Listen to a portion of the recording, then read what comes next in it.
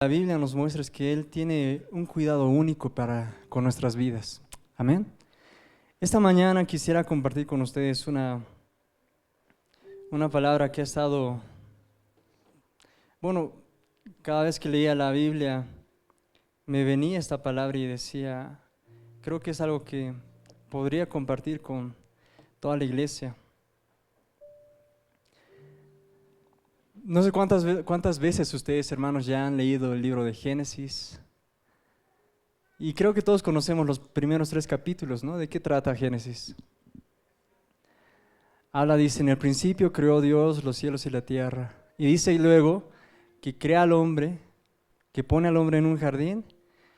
Y en el capítulo 3 nos relata el autor de Génesis que el hombre ha desobedecido a Dios y ha sido desterrado del jardín del Edén, de la presencia misma de Dios.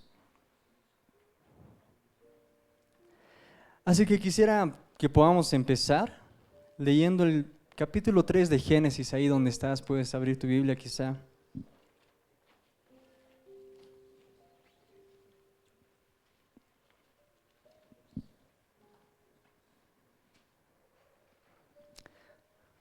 Dice así el capítulo 3 de Génesis, versículo 9.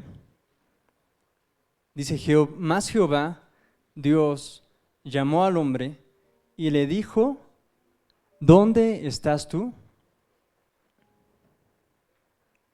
Vamos a orar y ahí donde estamos para empezar. Señor, te damos gracias por esta mañana.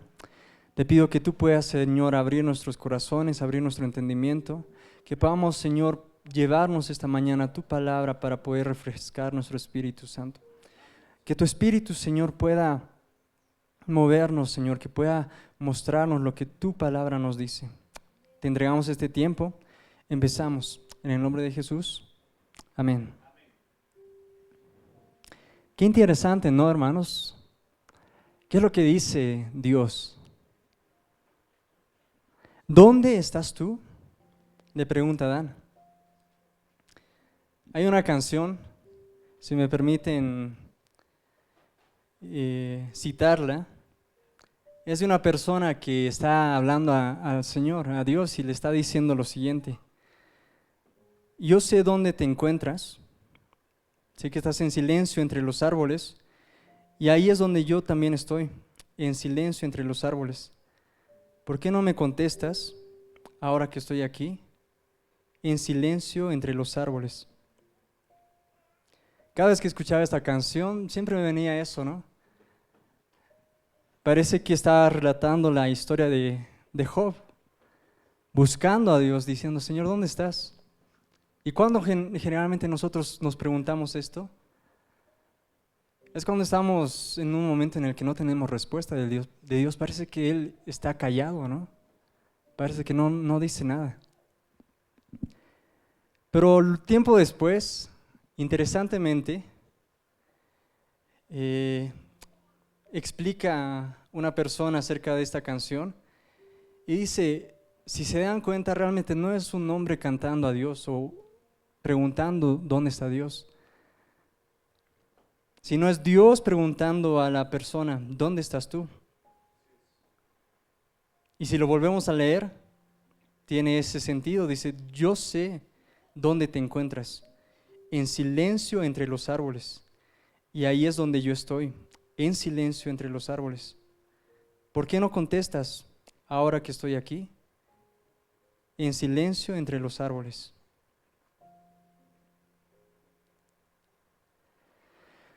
¿Cuántas veces, hermanos, no sé, yo creo que no he sido el único, hemos llegado a un punto, en un momento en nuestra vida en el que nos preguntamos algo, un pensamiento empieza a venir a nuestra mente.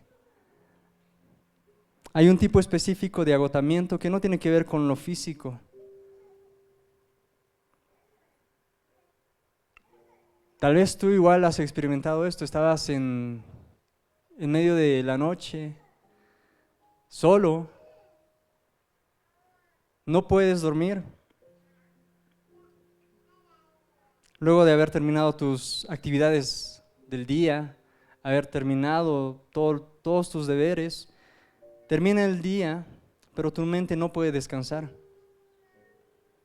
Y pasa por tu mente una y otra vez cada error que has cometido, cada oración que has dicho que ibas a hacer, pero no la has concretado, cada promesa que hiciste de que las cosas serían mejor. Pero rompiste esa promesa antes de siquiera empezar el día, quizá. En medio de ese momento, de esa laguna de pensamientos, ¿qué es lo que viene a tu mente, hermano? Bueno, yo puedo decirte lo que venía a mi mente. Estoy quizá defraudando a Dios, o quizá ya lo hice hace tiempo. Es creo que la parte más humana de nosotros, y pensamos que hemos defraudado a Dios. Estoy seguro, hermano, que tú y yo hemos experimentado esto en algún momento.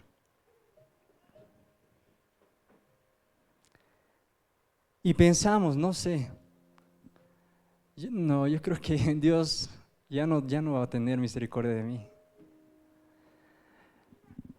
No, si lo pensamos bien, no creo que Dios tenga realmente tanta paciencia con alguien.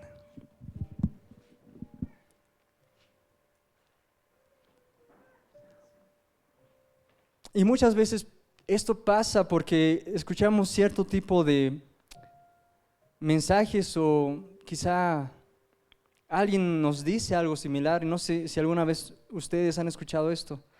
Yo muchas veces he escuchado esto en muchas prédicas de pastores, de hermanos en las redes sociales dando un consejo.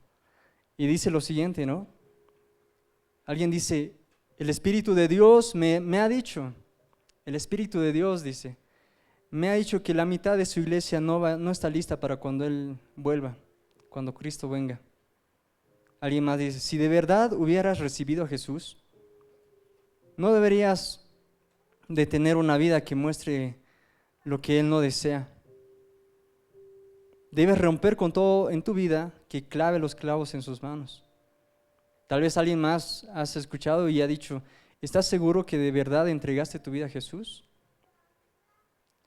¿Realmente has tenido un encuentro con Jesús? Y muchas veces estas personas, estos hermanos en la fe, no lo dicen con malas intenciones. Quizá están tratando de mostrar una reprensión hacia alguien que está cometiendo errores, está en pecado. Pero en muchas ocasiones llevan a las personas o nos llevan a nosotros a las siguientes conclusiones. Y la conclusión es, no creo que realmente sea hijo de Dios. Escuchábamos una y otra vez que deberíamos de haber ya cambiado todo y deberíamos de ser mejores. Y cuando no lo vemos en nuestra vida, ¿qué hacemos? ¿Qué viene a nuestro pensamiento, hermanos? Pucha, no, yo creo que no he conocido a Dios realmente.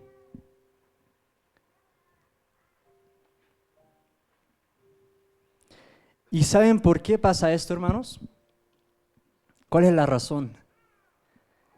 Pasa que tú pones la seguridad que tienes en Dios sobre ti. Deja de estar en Jesús y la seguridad está en ti. ¿En qué sentido? En cuanto tú has hecho. Dice, la razón es porque cada una de las oraciones anteriores que hemos leído, quita tu seguridad de Jesús y la pone en tus hombros, en tu rendimiento, en tus logros, tus fuerzas. Y de alguna u otra manera quedamos en la misma situación, ¿no? Dejamos de poner nuestra confianza en Jesús. ¿Y en quién está la carga otra vez? En nosotros, ¿no? Pucha, sí, yo no soy el que no puedo cambiar. Y es que esto y es que el otro, y realmente no he conocido a Jesús. Pero este tipo de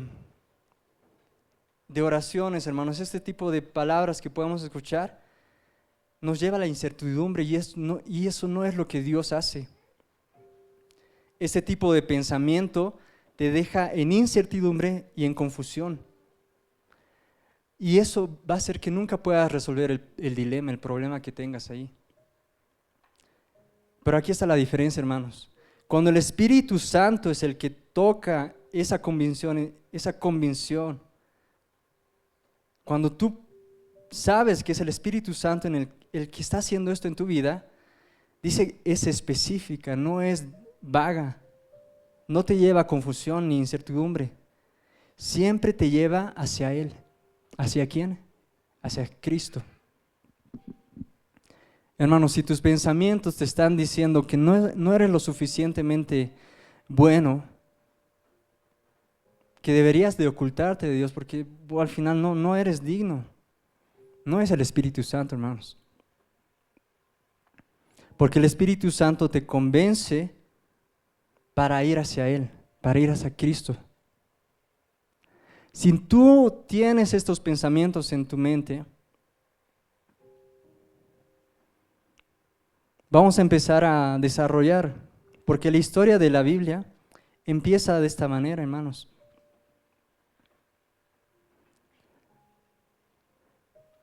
El primer ser humano en la historia, Adán, ha tenido la misma sensación en su ser. Así es como empieza la historia. Y si podemos ir a Génesis 3:8.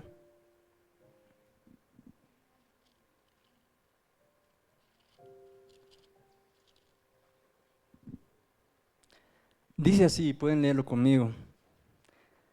Y oyeron la voz de Jehová Dios, que se paseaba en el huerto al aire del día, y el hombre y su mujer se escondieron de la presencia de Jehová Dios entre los árboles del huerto.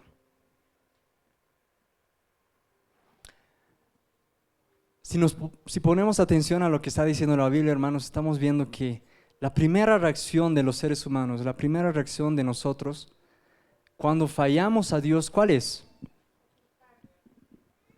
No vamos a Dios, no queremos ir a Dios. Dice, el hombre y su mujer se escondieron, dice, de la presencia de Jehová. Es lo primero que cambia en nosotros. Cuando nosotros fallamos, y es algo que lo hacemos, aunque no querramos, está, dice la Biblia, en nuestra naturaleza. El pecado está en nuestra naturaleza. Pero humanamente, ¿qué hacemos nosotros? Lo primero, y ahí pueden anotarse, nos escondemos. Lo primero que cambia en nuestra forma de responder a Dios es que donde antes nosotros encontrábamos seguridad en Dios, ahora encontramos miedo. Tenemos esa intuición de huir de Dios. Todos, hermanos, ¿hay alguien que no haga esto? La Biblia dice que todos hacemos esto. Desde Adán, al momento en el que nosotros fallamos a Dios, ¿qué hacemos? Dice, huimos. ¿Vamos donde Dios? ¿Vamos a sus pies intuitivamente? Dice que no, huimos. Adán dice una de las primeras declaraciones más tristes de la Biblia. Adán dice a Dios, te escuché, vi que venías y me escondí porque tenía miedo. Primero nos escondemos. ¿Y cuál es la razón de escondernos de Dios? Miedo. Tuve miedo, dice Adán.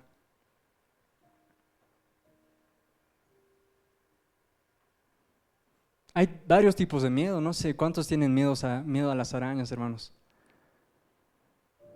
Yo, por ejemplo, tengo miedo a los insectos grandes.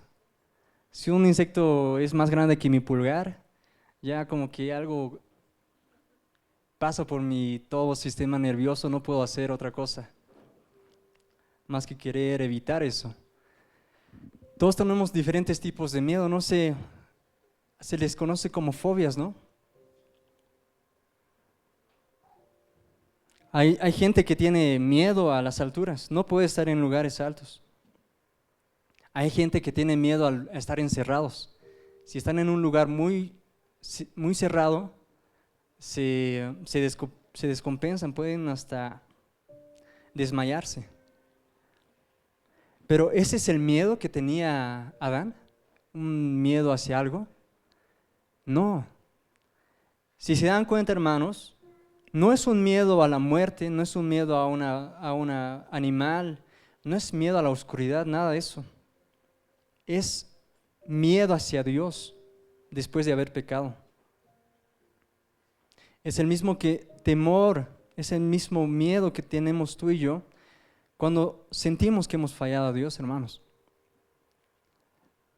Miedo al Señor.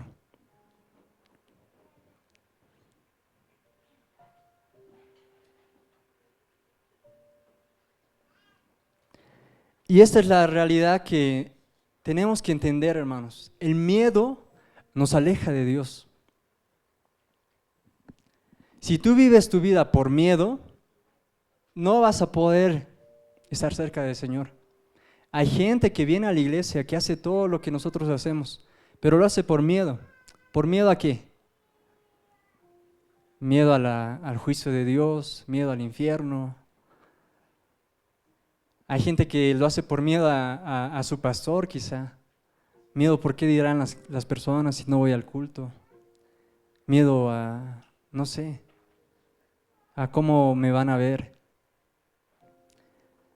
Pero si tú vives por miedo, hermanos, estás cometiendo el mismo error que Adán ha hecho al principio.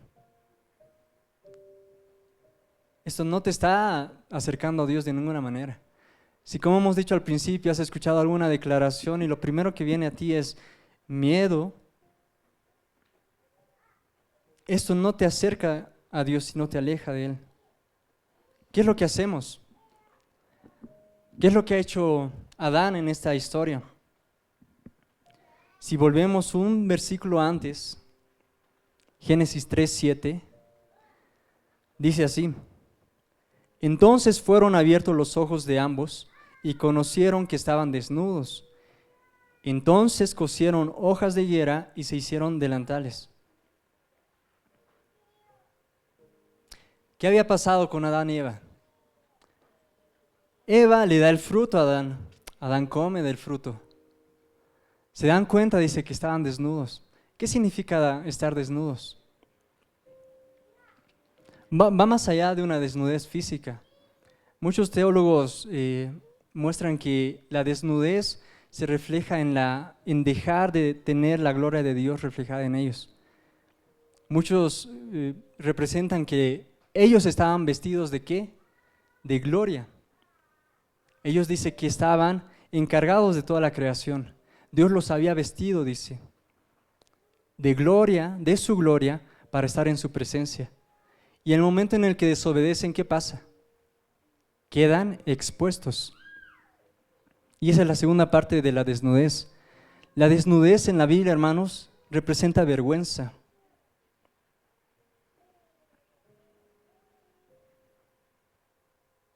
Todos nos avergonzaríamos por algo malo que hicimos o no. Si yo, por ejemplo, un día hiciera mal a mi amigo, ¿me avergonzaría?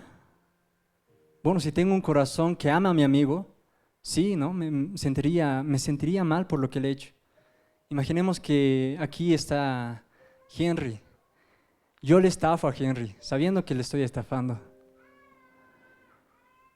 Y luego, ¿qué pasa cuando veo a Henry en la calle, luego de haberlo estafado? ¿Podré mirarlo a la cara normal y saludarle? Hola Henry, ¿cómo estás? No, voy a tener vergüenza, ¿no? Si tú haces mal a alguien vas a tener vergüenza.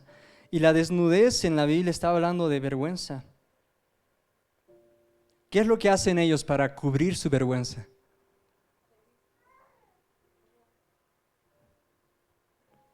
Dice que ellos hacen con sus manos, ¿qué cosa? Hojas de higuera para hacerse delantales. Dice que han cosido hojas que han encontrado en el huerto. ¿Y saben qué significa esto, hermanos? Aquí dice que se creó la primera religión en la historia de la humanidad. una religión que se basa solamente en méritos humanos. Es la representación de alguien tratando de arreglar las cosas con sus propias fuerzas y mostrarse más presentable delante de Dios para no tener de qué avergonzarse. Hermanos, esta es la respuesta que nosotros humanamente hacemos. Hemos fallado a Dios y lo primero que hacemos es tratar de enmendarlo en nuestra forma. ¿Y qué te dices a ti mismo? Tienes que tratar más fuerte.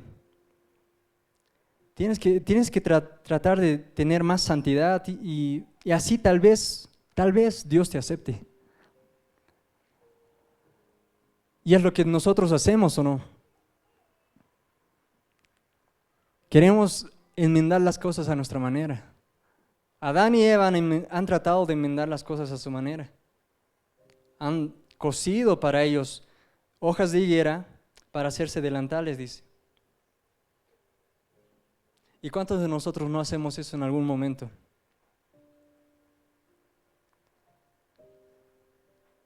Arreglar las cosas con tus propias fuerzas para tratar de mostrarte más presentable delante de Dios. O para presentarte delante de los hombres de la manera más aceptable posible. ¿Cuántas religiones en el mundo no muestran esto? Tú tienes que buscar a Dios y tienes que hacerlo de esta manera. Tienes que estar bien con Dios y tienes que hacerlo de esta manera.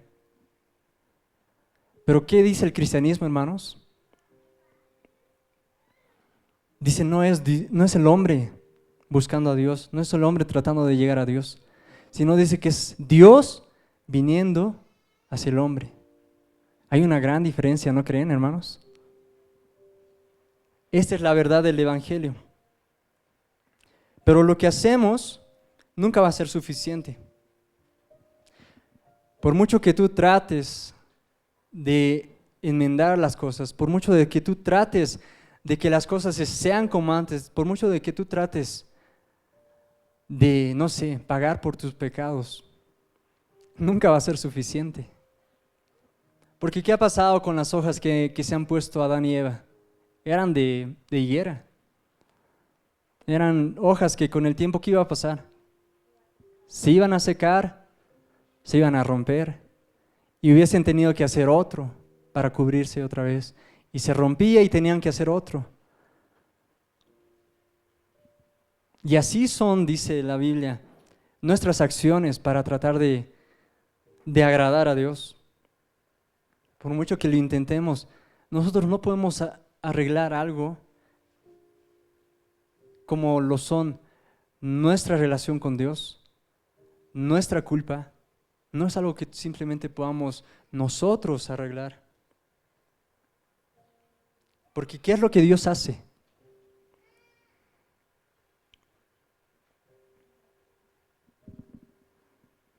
Ya hemos visto lo que el hombre hace. ¿Qué nosotros hacemos, hermanos?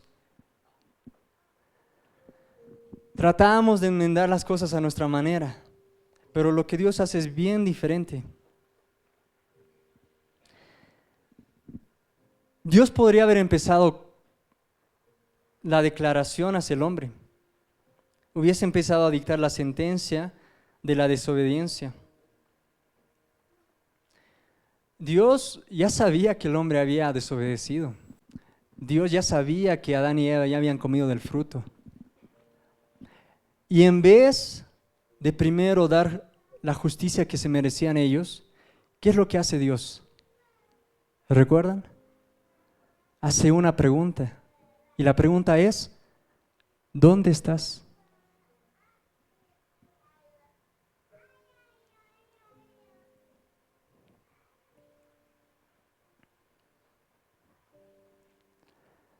Nosotros, hermanos, a veces no entendemos cómo Dios obra.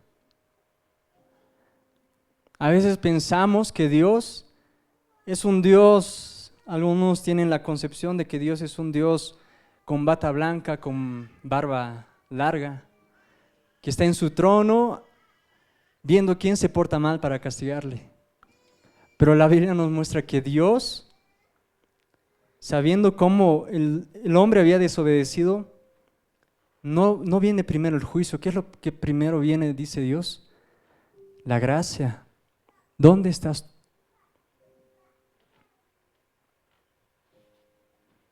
Si pueden acompañarme a Lucas 19:10.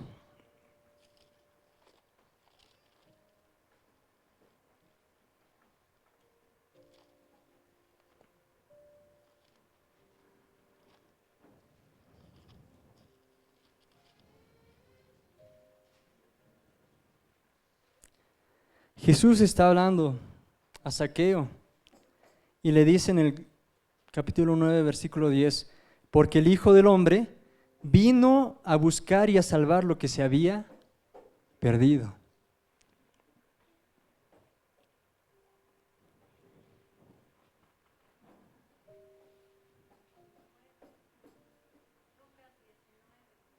Lucas 19:10.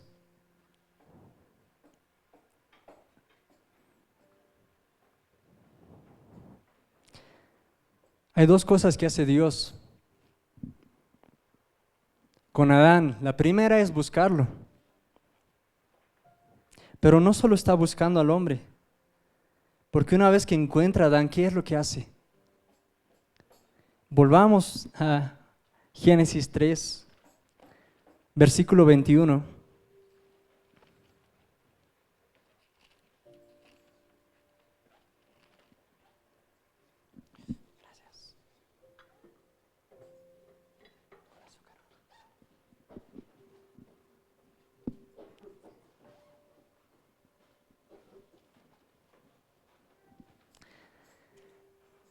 Eso es lo que hace Dios.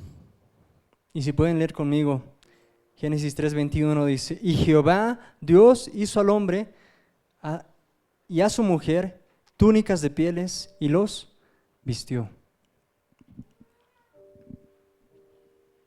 Ellos estaban en vergüenza, ellos estaban desnudos. Han tratado de arreglarlo a su manera, no han podido. ¿Qué es lo que hace Dios? Dice que hace túnicas de pieles para los dos.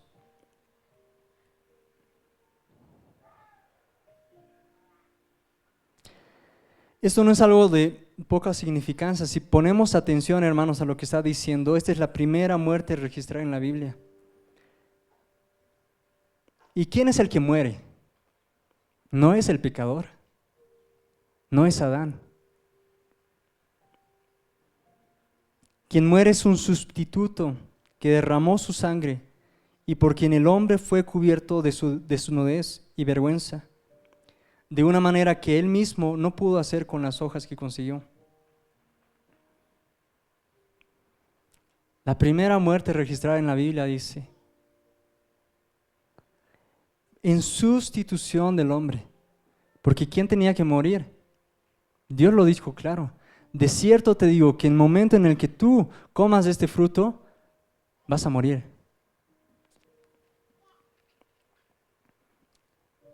Y aquí vemos la gracia y misericordia de Dios mostrándose desde el principio, hermanos.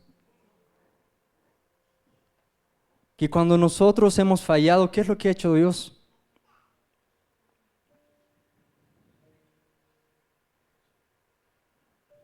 Él toma lo que nosotros hemos hecho. Él ha agarrado la túnica que han hecho Adán y Eva y la ha sustituido, dice, ¿por qué? Por pieles que Él ha hecho. Hermanos, la relación con Dios no se arregla de nosotros para Él, porque nunca vamos a poder. Pero Él ha hecho, dice, misericordia para con el hombre. Y Él ha provisto lo que necesitaba el hombre, ¿para qué? Para que el hombre pueda estar con Dios.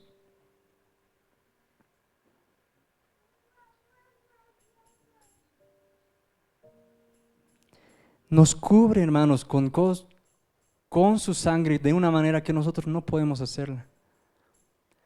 Nuestra vergüenza, nuestro pecado, no lo vamos a poder nosotros cubrirlo con nuestras propias fuerzas. Tiene que ser Dios el que lo haga. Dice, Dios entra dentro del desastre que ellos hicieron.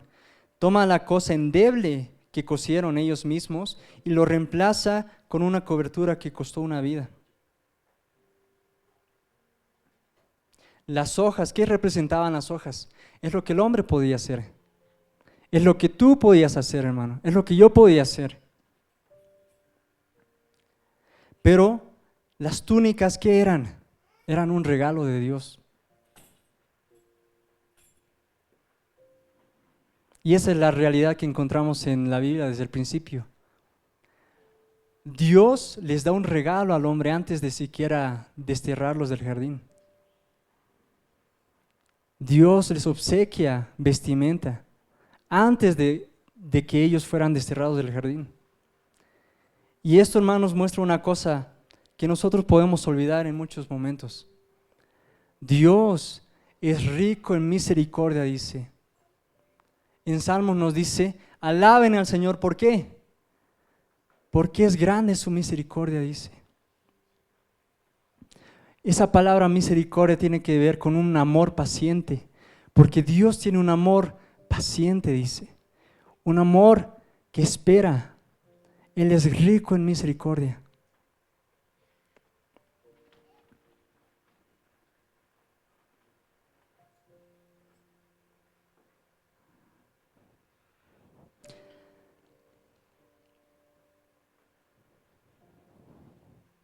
Cuando nosotros leemos esta historia, vemos que lo que Dios hace una y otra vez por nosotros es darnos la gracia que nosotros necesitamos. Él es el único que puede quitar nuestra vergüenza y nuestra desnudez. Si vemos lo que Dios hace hacia nosotros, hermanos, nosotros no podemos ver otra cosa sino la gracia y el amor de Dios para con nosotros. Una y otra vez. Israel, desde que salió de Egipto, ¿qué es lo que ha experimentado? La gracia y la misericordia de Dios. Una y otra vez. Y si alguien podíamos decir que fallaba, era Israel. Porque ellos no eran diferentes que nosotros. Pero ahí estaba, ¿qué cosa? La gracia y la misericordia de Dios. Era tanta la gracia de Dios hacia el pueblo de Israel. ¿Qué es lo que hacía? Dice en Levíticos. Dice que cuando Aarón mostraba los dos sacrificios, dice, eran las dos cabras para el día de expiación. Una era sacrificada para que su sangre sea derramada en el altar, para cubrir los pecados del pueblo. ¿Y saben qué hacían con la otra cabra? Dice que ponía sus manos sobre la cabra Aarón y la mandaban ¿a dónde? Al desierto. Y dice que esa es la representación de lo que Dios hace con nuestro pecado. Dice, Él lo olvida tanto como esa cabra que se pierde en el desierto, que ya no tiene nada que ver con el pueblo, porque sobre esa cabra ha estado, dice, las culpas del pueblo.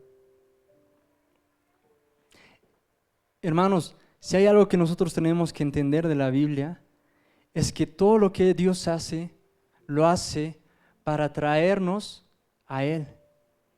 Porque nosotros no podemos ir a Él, por mucho que nosotros intentáramos. Y esto lo que Dios hace es que Dios nos cubre con su gracia ahora y para siempre. Si vamos a Zacarías 3:1,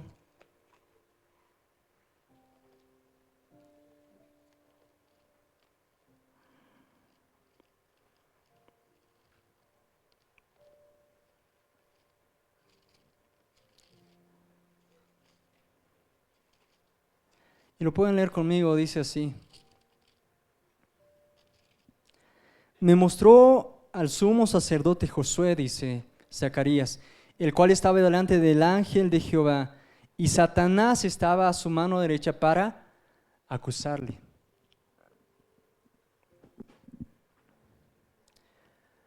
La primera persona que va a apuntar a tu error, hermanos, ¿quién es? La Biblia nos muestra un personaje desde Job. Su nombre es Satán, que en hebreo significa el que acusa o el acusador.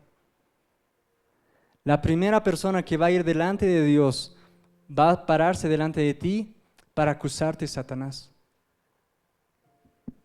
Cuando tú peques, cuando tú falles, Él va a ser la primera persona en apuntarte y decir, tú has fallado.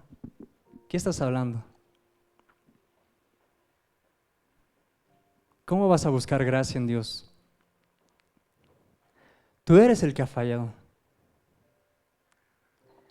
Y aquí muestra Zacarías que dice que Josué, que era el sumo sacerdote, es acusado por Dios. Pero ¿qué es lo que Dios hace a Satanás? Dice, si leen más adelante, dice, lo reprende. Y luego dice que limpia a Josué para que él pueda estar delante de Dios como sacerdote digno. ¿Saben qué hace Dios cuando nosotros hemos fallado, hermanos? Él reprende, dice, las acusaciones de Satanás. Y en primera de Juan dice, Jesús se pone como abogado. Y Él es el que nos da, dice, su justicia. No sé si podemos nosotros comprender el gran amor que tiene Dios hacia nosotros en esto. Satanás es quien nos acusa y nos ha acusado siempre delante de Dios, pero Dios nos cubre nuevamente con su gracia y misericordia para que seamos limpios delante de Él. Hermanos, esta es la realidad. Nosotros ya no estamos desnudos, ya no estamos bajo vergüenza, ya no tenemos que temer delante de Dios. ¿Y por quién es eso? La Biblia nos muestra que es Jesús, que por su sangre nos ha limpiado, dice, que por su sacrificio en la cruz nosotros somos justificados. ¿Cuántos dicen amén? Ese es nuestro Dios. Y así es como termina la historia. La historia en Génesis empieza con el hombre fallando a Dios. Pero Dios muestra su gracia primero, dice. Y muestra su gracia proveyendo para el pecador un sustituto. Él da un regalo al hombre y es cubrirlo a su manera, no a la manera del hombre. Y si vamos al final de la historia, a Apocalipsis,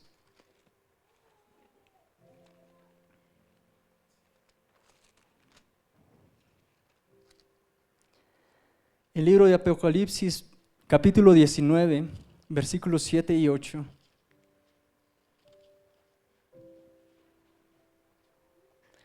Dice que aquí Juan escucha y ve las alabanzas en el cielo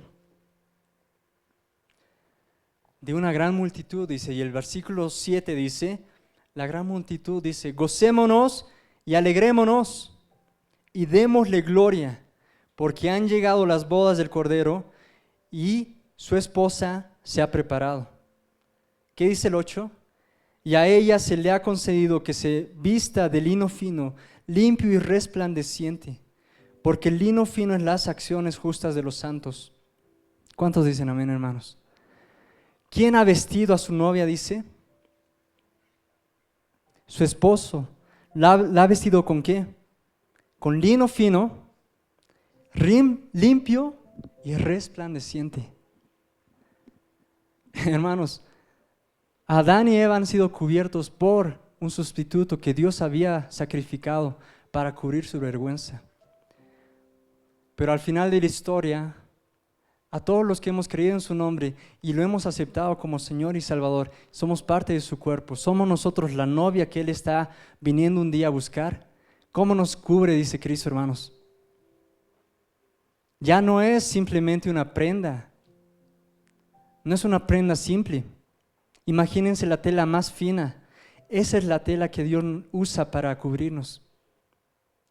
¿Y qué significa esta tela? Dice, la justicia de los santos. Y aquí viene, creo yo, la parte más importante para entender. La justicia que nosotros hacemos, dice Dios, va a recompensarla. Pero, primero, ¿qué vino en la justicia de Dios? ¿Cuál es la justicia que viene primero, hermanos? La Biblia nos muestra que la justicia que nos cubre de esta manera es la de Cristo. Amén. Cristo dice que ha puesto su justicia en ti de una manera en la que nadie más podía hacerlo. Cristo ha hecho por ti, hermanos, lo que tú y yo no podemos hacer. Y si nosotros nos aferramos, dice, a lo que Él promete, nosotros vamos a ser su esposa, que estaremos delante de Él, vestidos con linos finos, limpios, resplandecientes, mostrando como Juan había escuchado, a Él sea ¿qué? La gloria, el honor, porque todo es de Él, todo es para Él. Y nosotros vamos a estar delante de Jesús y vamos a decir, Señor, por ti estoy aquí. Señor, tú me has vestido con lino fino. Señor, tú me has vestido de tu justicia. Señor, tú has cubierto mi vergüenza. Tú has cubierto mis errores. No es lo que tú puedas hacer, no es lo que yo pueda hacer, es lo que Cristo ya ha hecho por nosotros. Amén, hermanos. Esa es la verdad que nosotros encontramos desde el principio de la Biblia. Y es que la gracia de Dios había venido antes de siquiera nosotros querer arreglar las cosas. Que cuando nosotros habíamos buscado a Dios de diferentes maneras, Dios nos ha mostrado cómo Él quería acercarnos a nosotros.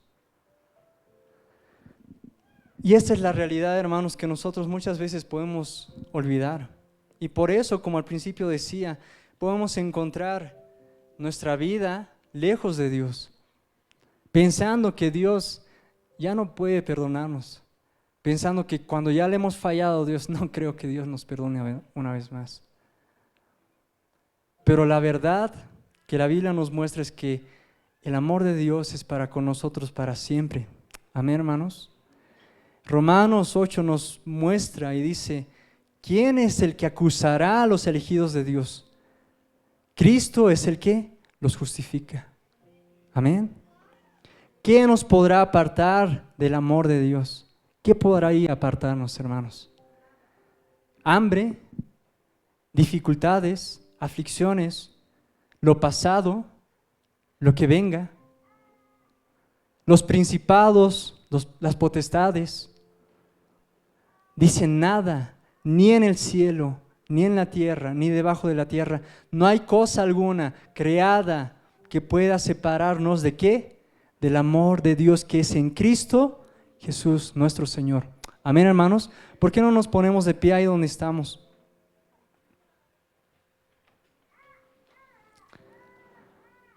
Y quisiera terminar con la pregunta que Dios hacía al principio en Génesis. Si tú sientes que estás lejos de Dios, si tú sientes que, como al principio veíamos, no eres suficiente, no te sientes suficiente, Dios no te dice, sí, la verdad, esforzarte un poco más. No es lo que Dios dice. Dios te busca y te dice, ¿dónde estás? Él está buscando, dice. Él está tocando la puerta y diciendo, ¿dónde estás? Esperando que tú aceptes que Él ha hecho todo para encontrarte, para atraerte a ti. No es lo que tú puedes hacer. Amén, hermanos. Vamos a orar ahí donde estamos. Y voy a pedir por cada uno de ustedes al respecto de lo que hemos aprendido esta mañana. Cierra tus ojos ahí. Y vamos a orar, Señor. Te damos las gracias